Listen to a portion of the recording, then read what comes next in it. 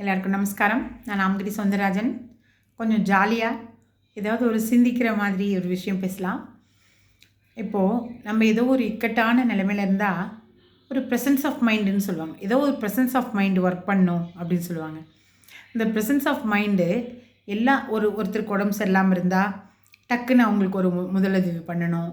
அப்புறம் நம்ம ஏதோ ஒரு சிக்கலில் மாட்டிட்டோன்னா சட்டுன்னு ஏதாவது ஒரு ப்ரெசன்ஸ் ஆஃப் மைண்டு நமக்கு வந்து யூஸ் பண்ணி அதுலேருந்து தப்பிக்கணும், அந்த மாதிரிலாம் சொல்லுவாங்க.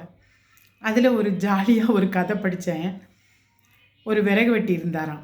அந்த விறகு வெட்டி என்ன பண்ணாராம், வெயில் பாவம் அவரால் வேலையே செய்ய முடியல, வந்து கொஞ்சம் வயசும் ஆயிடுச்சு. விறகு வெட்டிட்டு போனால் தான் டெய்லி அவருக்கு வருமானம் ஏதோ சாப்பிட்றதுக்கு கிடைக்கும். ரொம்ப முடியல அவருக்கு. அவர் டெய்லி விறகு வெட்டும்போது ஏதோ கடவுளை வேண்டினா கூட கடவுள் வந்து காப்பாற்றுறாருன்னு சொல்லலாம். இவர் என்ன சொல்லுவாராம், அப்பா யம தர்மராஜா ஏன்ப்பா என்னை விட்டு வச்சுருக்க, என்னை சீக்கிரம் கூட்டிகிட்டு போயிட்டேன்ப்பா, நான் இவ்வளோ கஷ்டப்படுறேனேப்பா அப்படின்னு சொல்லிகிட்டே இருப்பாராம். திடீர்னு ஒரு நாள் யம தர்மராஜா டக்குன்னு வந்து அவர் முன்னால் நின்றுட்டாராம்.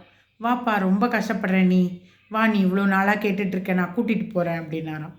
உடனே அவனோட ப்ரெசன்ஸ் ஆஃப் மைண்ட் எப்படி ஒர்க் பண்ணிச்சா, இது என்னடா அது, நம்ம சும்மா விளையாட்டுக்கு நம்ம இப்போ மனசுக்கு இதுக்கு சொல்லிட்டா நிஜமாவே யம தர்மராஜா வந்துட்டாரே, யாருக்காவது யம தர்மராஜா வந்து கூப்பிட்டா நம்ம வரோன்னு கிளம்பி போவோமா? யாருக்குமே அப்படி தோணாது. அவன் உடனே என்ன பண்ணானா, இல்லைப்பா நான் வந்து இந்த விறகு கட்டை தூக்கி தலையில் வைக்கிறதுக்கு ஆளே இல்லை, அதை தான் கூப்பிட்டேன், அதுக்காக தான் நீ வந்தியா, நான் ஒன்றும் உன்னை கூட்டிகிட்டு போகிறதுக்காக கூப்பிடலையே அப்படின்னு சொன்னானா. யம தர்மராஜாக்கே சிரிப்பு வந்துருச்சான்.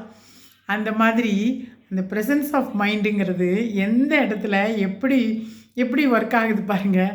இதை படிச்சுட்டா ரொம்ப வந்து நமக்கே தோணும், ஓ ப்ரெசன்ஸ் ஆஃப் மைண்ட் வந்து இவ்வளோ ஒரு ஜாலியாகவும் இவ்வளோ நல்லா ஒர்க் அவுட் ஆகுதா அப்படின்னு சொல்லிட்டு. தேங்க்யூ.